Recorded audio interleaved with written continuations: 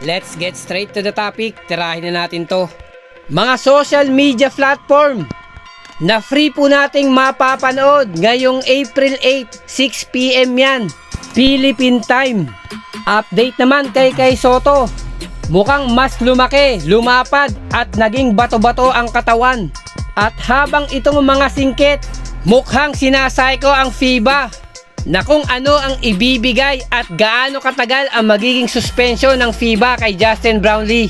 Ngayon araw po, alas 6 ng gabi, Philippine time, malalaman po natin kung sinong mga kupunan ang magiging kabraket ng ating Gilas Pilipinas para sa FIBA Asia Cup Championship 2025. Na live po nating mapapanood to sigurado sa Facebook at ganun din po sa YouTube.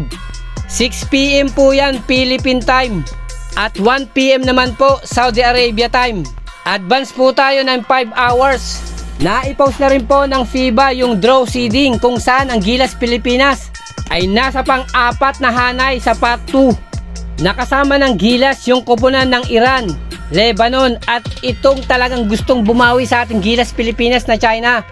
Bago pa nga po i-post ng FIBA yung draw seeding ng FIBA Asia Cup Championship, lumabas itong post na ito na ang China mukhang binibigyan ng ideya ang FIBA kung gaano katagal na dapat masuspinde itong si Justin Brownlee, na dapat nga raw pong patawan ng FIBA ng 2 years suspension itong si JB, na mukhang hanggang ngayon ay umiiyak pa rin at hindi makamove on itong China sa back-to-back loss na kanilang natikman sa Gilas Pilipinas noong FIBA World Cup at ganun din noong Asian Games.